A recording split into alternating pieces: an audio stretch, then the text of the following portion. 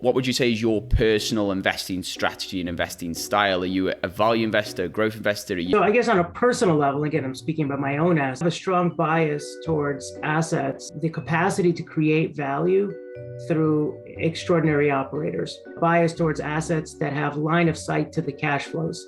I have a bias towards assets where in the worst case scenario, if all hell goes, goes against us, you still have something decent. I am a firm believer in the fact that digital assets will have center stage in our world 10, 20 years from now. I have a fairly high degree of conviction in that. What I don't know, and it's very hard to handicap, is who will be the leaders in that center stage activity. Hey everyone, Ben here and welcome to Motivation to Invest. Today we've got a very special guest. We've got Mo Linsky, who is the CEO of Prime Quadrant, which is Canada's leading investment research and consulting firm. Prior to Prime Quadrant, Mo was the co-founder and owner of several companies in the technology, automotive, and financial service industries. In addition, Mo has a great heart and sits on a number of charitable boards. He's also the author of various books on investing, such as In Search of the Prime Quadrant, The Quest for Better Investment Decisions. So Mo is an extremely intelligent guy. He's got multiple degrees in economic psychology and an MBA from the University of Toronto. So in this video, Mo's really going to share with us some of his investing tips, investing experience, and maybe help us to make better investment decisions. So Mo, great to have you here. I thought we'd kick things off. Obviously, I've given you a bit of an illustrious introduction there. Tell us a little bit about your background. How did you get into investing? What was your motivation to invest, as we like to say on the channel? Yeah, so it's fairly unspectacular.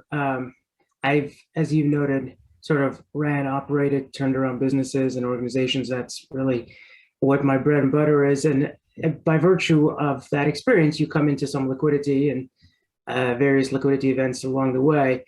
And frankly, when I began investing, I was totally clueless. I had no real interest, and I probably did the same.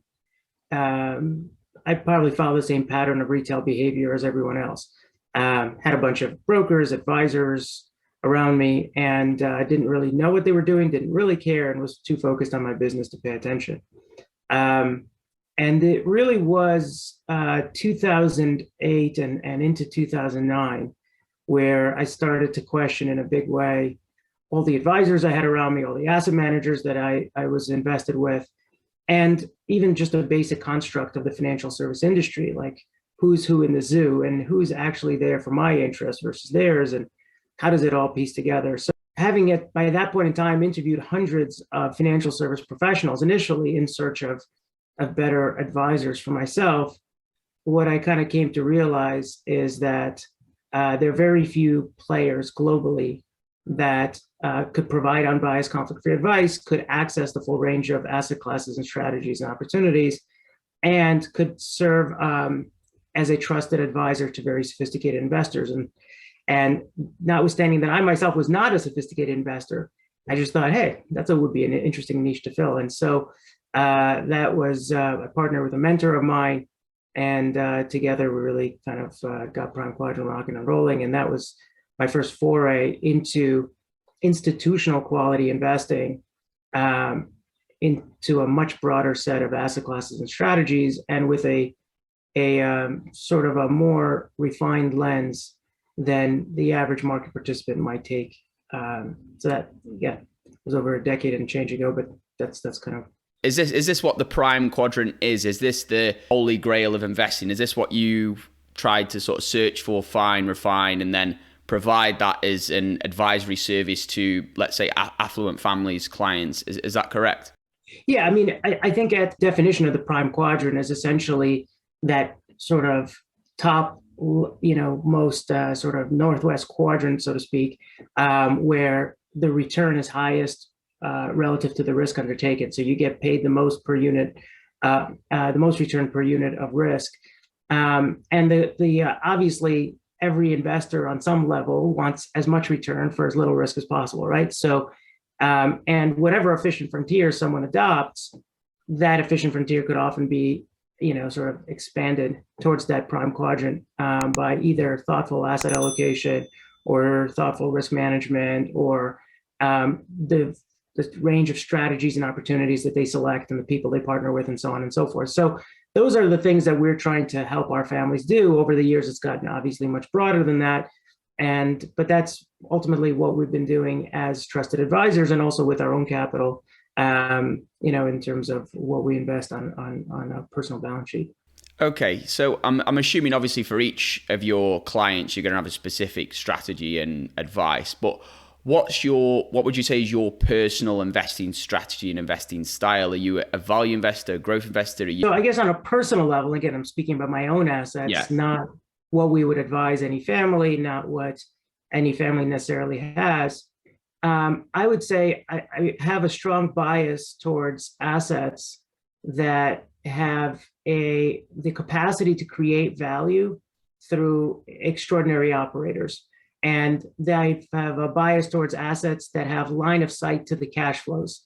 I have a bias towards assets where, in the worst case scenario, if all hell goes, goes against us, you still have something decent, something actually respectable to hold on to. What does that actually look like in today's day and age, right? Like a lot of the assets, especially in the traded markets, when you're thinking about a stock or you're thinking about any kind of security, if the primary way that it makes money is by virtue of the if come, right? Like if people attribute a higher valuation to it, therefore I make money. That's one way to make money. Another way is to say, what is the kind of the cash flows that I could derive from this asset in the short, medium, long term? And my bias is always on the latter, right? So when you're thinking about the simplest example is, income producing real assets of various sorts, various private credit strategies. So when you own apartment buildings, and that's again would be something I personally invest in, or industrial properties or student housing assets, you have some measure of line of sight. Okay, well, here's the property, here's the demand in that particular jurisdiction. Here's the rent, here's the cash on cash returns, here's the leverage, here's et cetera, et cetera. And if the market happens to go up, here's the upside above and beyond that. Similarly in kind of the private credit world, where we invest in mortgages or private corporate debt or any number of other things, is again, you have contractual cash flows with an operator, and assuming that those are well underwritten and that risk is managed properly, and you have good partners. Again, you have visibility to the cash flows. I don't have to sort of say, well, the historic return on equities has been this. We're in this valuation environment. We're in that. It's just so. I would say the vast majority of my assets would fall under that category. Again, sort of naturally, I'll have a whole slew of investments that will be in capital markets, and whether it's a variety of hedged or uncorrelated strategies with various hedge funds or equities, and then as well, a small allocation. I'm sure, I think you mentioned you want to talk about this later, but small allocation to digital assets. Again, as sort of almost as an option on a future that we don't yet. We might as well talk about that then. So it sounds like the majority of your core strategy, you're looking for free cash flow generating, predictable free cash flow generating assets, businesses, and maybe recession proof if it's possible to do that. Maybe a speculative part of your portfolio you've got in digital assets. How much as a percentage would you have in those type of assets, and what's your theory behind that? Primary portfolios and is things that are either, as you said, either recession proof or actually benefit from more difficult environments in which value would typically thrive, right? So I guess by that definition, a slight, a value orientation. I think that the speculative assets would fall into two categories. Would be, I would say on some level, most venture that I'm also invested in would fall into. I try to handicap that risk by partnering with the top VCs worldwide, and whether it's kind of the Andreessen Horowitz or the Sequoias of the world or the benchmarks of the world, like they historically have gotten the best deals. They've been able to manage that risk. They've been able to engage with operators in highly effective ways. So, with the entrepreneur. So it's I would say on the speculative end, but with reputable people who are running the speculative. Yeah, I've seen Andreessen Horowitz. They're really going in on cryptocurrency in terms of hiring people. And Bitcoin was the new internet computer. It's the next generation of internet technology. So yeah, it's definitely an interesting area. Do you think there's a lot of speculation in the market though, generally with cryptocurrency? That's been my issue with them. And as you said, you're looking for a line of sight to cash flows, a line of sight to value in general. Like, how would you value a crypto? Like, is Bitcoin worth 60,000 or 20,000 or 10,000 or 100,000? So any tips on valuing crypto? Yeah, absolutely none. What I will say is that you asked me earlier what percentage of the portfolio this is. Like, this will never exceed 5% of my portfolio, but happens to be, it started as a 1% position, obviously, and it now not intentionally exceeded 5% over time, simply just because of the growth in the asset class. I would say two things on that. I am a firm believer in the fact that digital assets will have center stage in our world 10, 20 years from now. Like, I have a fairly high degree of conviction in that.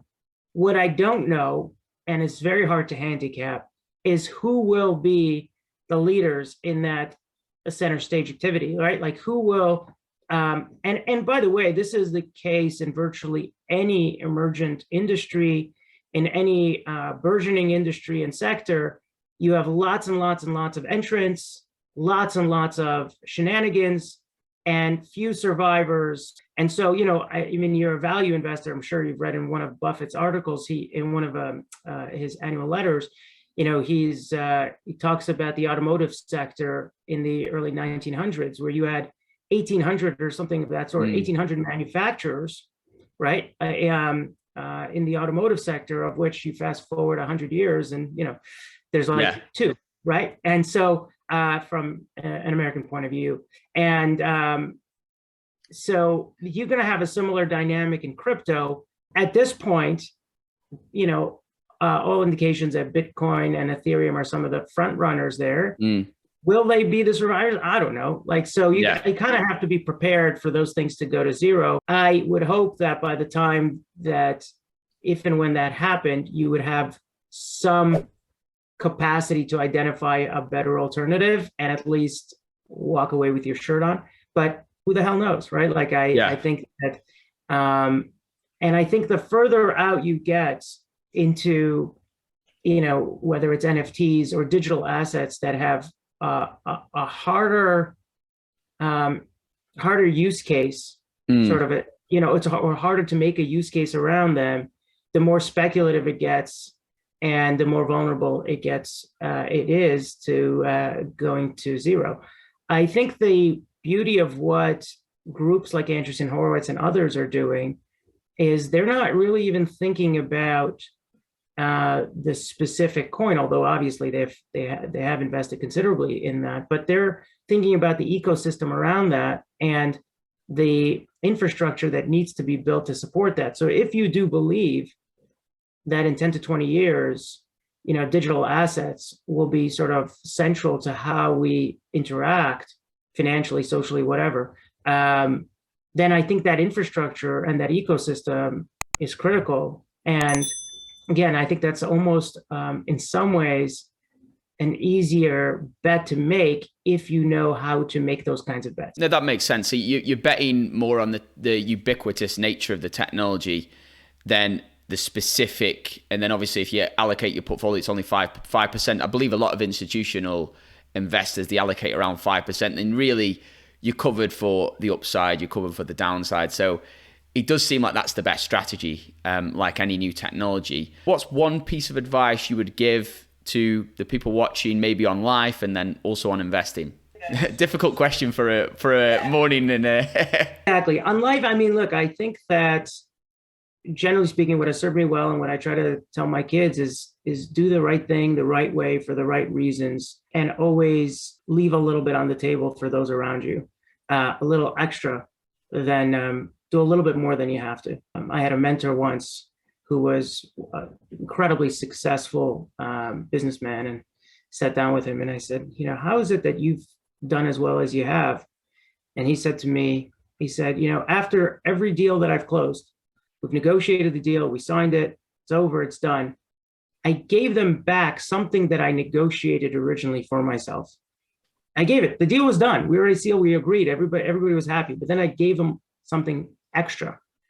And he said that little extra earned me decades of goodwill in life, always giving a little bit more than you're taking, always going a little bit above and beyond what you need to do is generally appreciated and serves people well over time. And on the investment side, look, we are in a really complicated and unprecedented territory.